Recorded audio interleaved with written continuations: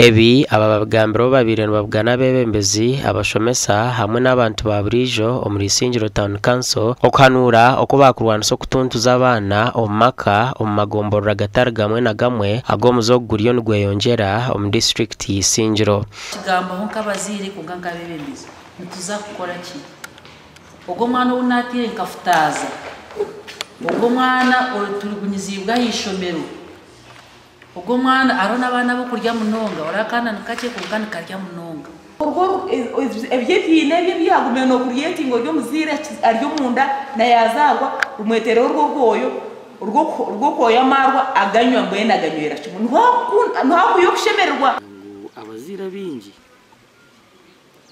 ibi byone biri kubona bonesa abana bakabara bamwe ahabo kuba bazire babo bakaba batari kumanya uko bakubasaba batwariza iniki tweta trauma abantu bingi bine bironda byahamutuma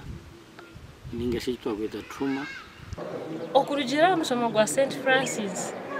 narugaha direct meeting era abanze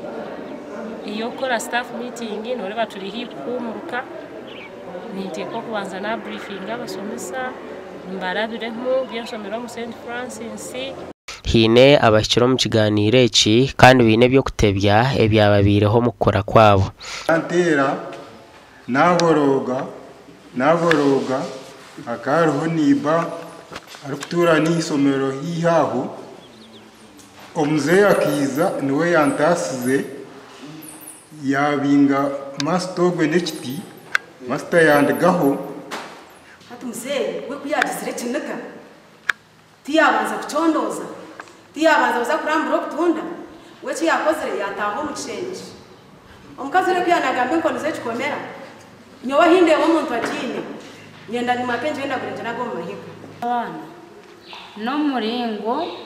gumwe bwo kubona bonesa abana orukubahereza nkemerume barengere orukubayima obuvunanizibwa bwabo obwire bwo kuzana mbweno kabateka bakagira emberambi hati aba St Francis Family Help nabashaba bashikiro mu mushomo ogu okuzanzaza injiri yo kurwanisa obutabanko maka omuzo guriyo no gucurukihanga abazire ngabene bashaba ngo nanyembaro mutuzara abana butukubasa kunga kutari kufa kuzara rero kandi twazire turengo na ntasiyanche yitwine turengo twagezo kurebera umwana bako umwana atayine mushamba gasha kwa Roots no wamanya.